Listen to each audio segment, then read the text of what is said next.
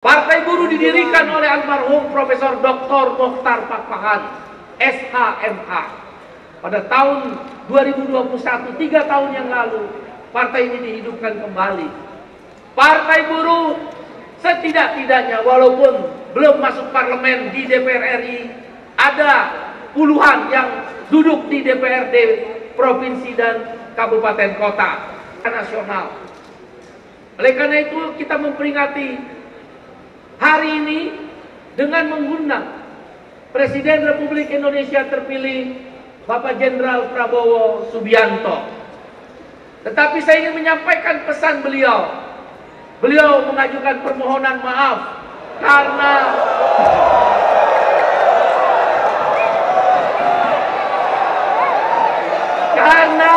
saudara, dengarkan dulu, karena ada tugas negara. Tugas negara yang tidak bisa ditinggalkan, dan beliau menyampaikan pesan selamat. Mungkin nanti bisa diputarkan videonya, kita dengarkan. Saudara, yang paling penting, dengarkan dulu. Dengar dulu, mohon perhatian. Yang paling penting adalah 6 harapan dan isu daripada perjuangan Partai Buruh, Serikat Buruh, Serikat Petani dan kelas pekerja lain tersampaikan dengan penuh kesungguhan dan diterima. Sekali lagi saya katakan, diterima oleh Bapak Jenderal Prabowo Subianto.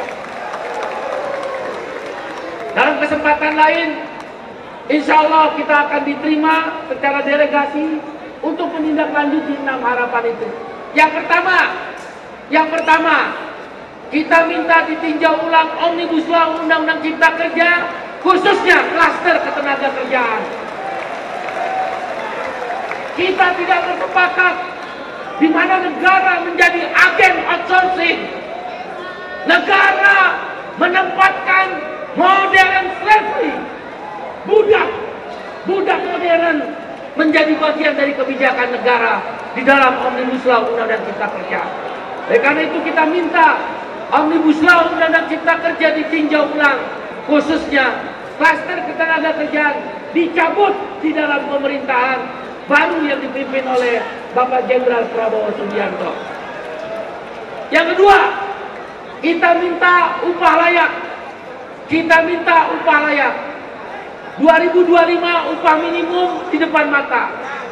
Kita proklamirkan upah minimum tahun 2025 naik minimal 8% sampai dengan 10%. Alasannya sederhana. Pertumbuhan ekonomi 5,2%, kemudian inflasi 2,5%, berarti totalnya 7,7%. Atau di pembulatan kita minta naik upah berapa tahun 2025? Berapa? 8% minimal hingga 10%. Kita berharap Bapak Presiden Jenderal Prabowo Subianto mempertimbangkan sungguh-sungguh.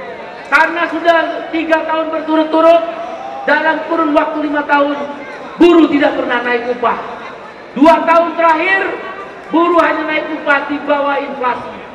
Siapa bilang buruh naik upah? Nombok. Inflasi 2,8%, harga barang naik 2,8%, naik gaji 1,58%. Berarti buruh nombok, bukan naik gaji, nombok 1,3%. Karena itu tuntutan yang kedua, kita ingin menyampaikan harapan kepada pemerintahan yang baru, yaitu upah layak. Yang ketiga, hapus outsourcing. Outsourcing dalam terminologi internasional labor organization adalah modern slavery. Kau tahu arti slavery? Slavery itu artinya budak. Apa arti slavery? Yang keras apa? Apa? Agama manapun mengajarkan bahwa budak di muka bumi harus dihapuskan. Oleh karena itu, perbudakan modern atau outsourcing harus dihapuskan di bumi Pancasila. Dan kita percaya Bapak Jenderal Prabowo Subianto akan menghapuskan outsourcing di dalam pemerintahannya. Yang keempat, kita minta reforma agraria dan kedaulatan pangan. The land of wealth. Adam Smith, bapak ekonomi klasik. The land of wealth. Tanah adalah kedaulatan. Kalau tidak ada tanah, tidak ada kedaulatan. Petani sekarang banyak yang tidak punya tanah. Artinya petani dan rakyat Indonesia tidak berdaulat di negerinya sendiri. Korporasi-korporasi menguasai tambang-tambang, menguasai kelapa sawit, menguasai mineral-mineral dan nikel. Tapi petani kehilangan tanah-tanahnya. The land of wealth. Oleh karena itu, sesuai Undang-Undang Pokok Agraria, kita menaruh harapan Bapak Jenderal Prabowo Subianto, Presiden Republik Indonesia terpilih yang akan dilantik 20 Oktober 2024 ini, melakukan reforma agraria, redistribusi tanah dikembalikan pada rakyat dari tangan-tangan korporasi, dan kedaulatan pangan. Di tengah terjadinya panen raya, importir merajalela, terakhir 8 juta ton beras masuk ke Indonesia. Petani menjerit, harga gabah lebih murah dari ongkos produksi pupuk dan benih.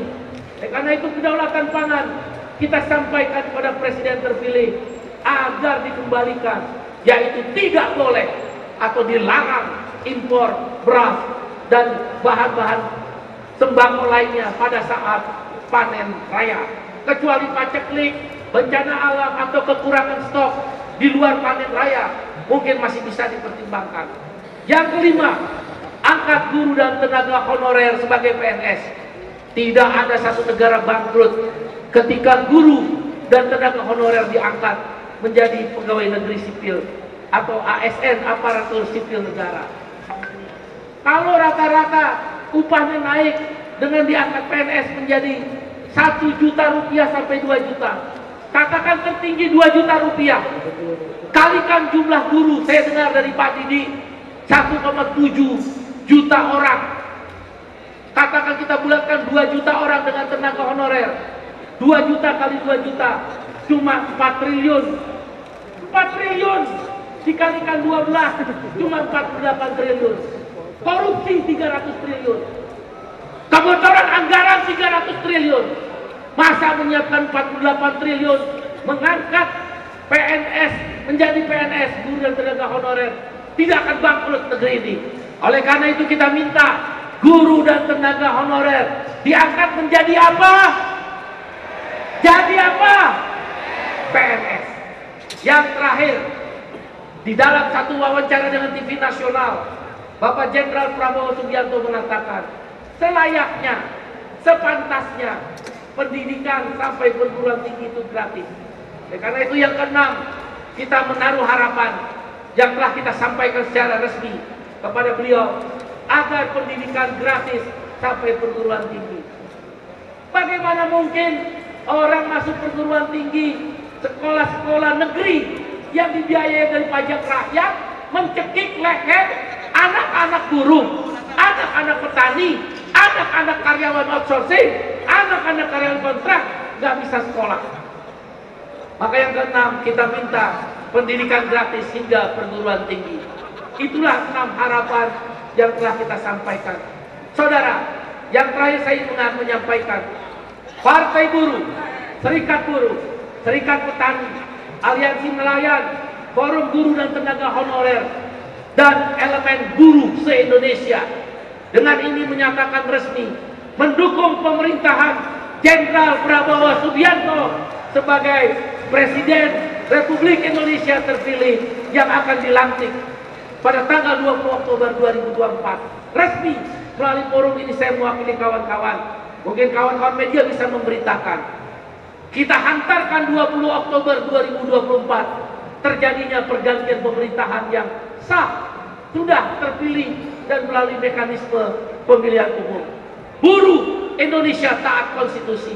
Ketika keputusan Mahkamah Konstitusi mau dibajak oleh sebagian saudara-saudara kita yang ada di DPR, kita bereaksi keras karena kita taat pada konstitusi.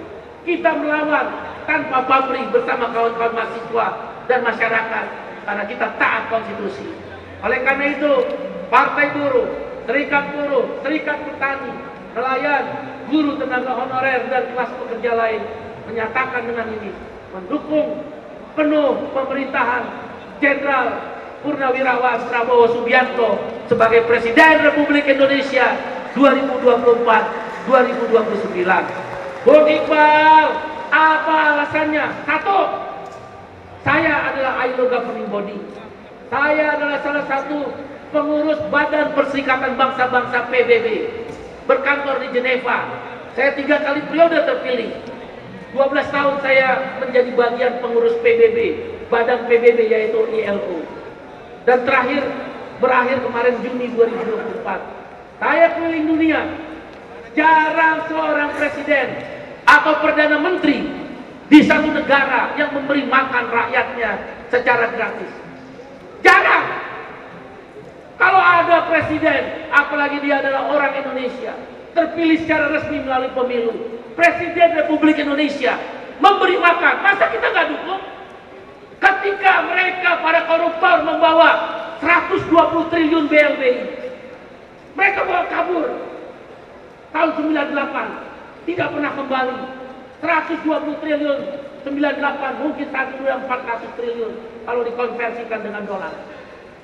Ketika Senturi korupsi 6,5 triliun diambil dari APBN untuk menutup Senturi, Bank Senturi.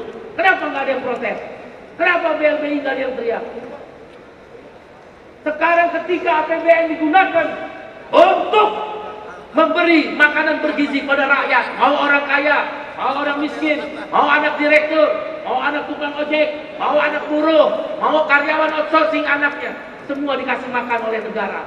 Maka Partai Buruh berada bersama Presiden Prabowo Subianto mendukung program makan gratis, makanan bergizi gratis.